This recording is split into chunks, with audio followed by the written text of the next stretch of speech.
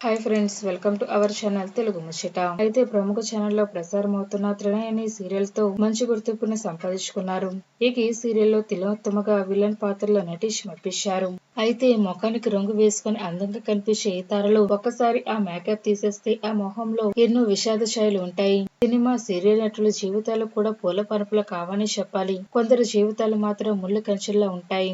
మరి అలాంటి జీవితాన్ని అనుభవించింది నటి పవిత్ర జయరాం. ఇలా పేరు చెప్తే టక్కున గుర్తుకు రాకపోవచ్చేమో కానీ ప్రముఖ ఛానల్లో ప్రసారం అవుతున్న త్రినయని సీరియల్లో తిలోత్తమ అంటే బుల్లితెర ప్రేక్షకులు ఇట్టే గుర్తుపడతారు.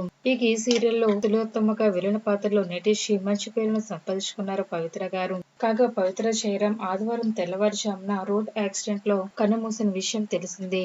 మహబూబ్ నగర్ జిల్లా చేరుపల్లి గ్రామం వద్ద జాతీయ రహదారిపై ప్రయాణిస్తున్న పవిత్ర కారు డివైడర్ ను ఢీకొట్టి అటు కుడివైపున హైదరాబాద్ నుంచి వనపర్తి వస్తున్న ఆర్టీసీ బస్సును ఢీకొట్టింది.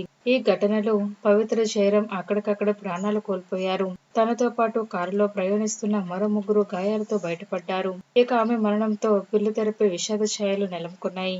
అయితే కర్ణాటకలోని మాండ్యకు చెందిన పవిత్ర పెద్దగా చదువుకోలేదు. అయితే తనకంటూ సొంత గుర్తింపు ఉండాలని తపన ఎప్పుడు కూడా తనలో ఉండేది. అలా మాండ్య నుంచి బెంగళూరుకి వచ్చి సొంతంగా ఎదగాలని చాలా ఉద్యోగాలు చేశారు. అదే టైంలో తన ఫ్రెండ్ సలహా మేరకు డైరెక్షన్ డిపార్ట్మెంట్ లో చేరారు. ఇక ఆ తర్వాత సీరియల్లో నటించాలని కోరికతో పలు ఆడిషన్స్ కు వెళ్లారు. అలా జోకాలి అనే కన్నడ సీరియల్లో హీరోకి చెల్లెల పాత్ర చేసే ఛాన్స్ మొదటిసారిగా వచ్చింది. ఆ తర్వాత కన్నడలో పలు సీరియల్లో నటించి మంచి పేరును సంపాదించుకున్నారు. ఇక తెలుగులో నిన్నే పెళ్లాడితే సీరియల్లో తొలి అవకాశం వచ్చింది. అయితే అప్పుడు తెలుగు తనకు అస్సలు రాదు, అర్థం కాలేదు కూడా. దాంతో ఒక టైంలో సీరియల్ మానేసి కన్నడ సీరియల్ కి వెళ్లిపోవాలనుకున్నారు. కానీ తనతో అప్పుడు పనిచేసిన తోటి నటీనటులు నచ్చజెప్పి తెలుగు నేర్పించారు. అలా ఇప్పుడు తెలుగులో మంచిగా మాట్లాడుతున్నా అని ఓ ఇంటర్వ్యూలో పవిత్ర చెప్పుకొచ్చారు.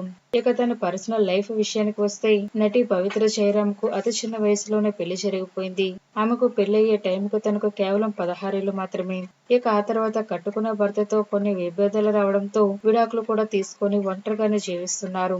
అయితే ప్రస్తుతం పవిత్ర జయరాం కు 22 ఏళ్ల కొడుకు అలాగే 19 ఏళ్ల కూతురు కూడా ఉంది.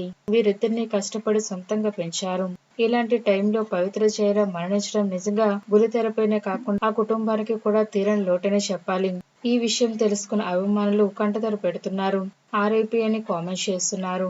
ఫ్రెండ్స్, ఈ వీడియో కనుక మీకు నచ్చినట్లయితే లైక్ చేయండి, షేర్ చేయండి. మరిన్ని తాజా లేటెస్ట్ అప్డేట్స్ కోసం తెలుగు ముచ్చట ఛానల్ ని సబ్స్క్రైబ్ చేసుకోండి.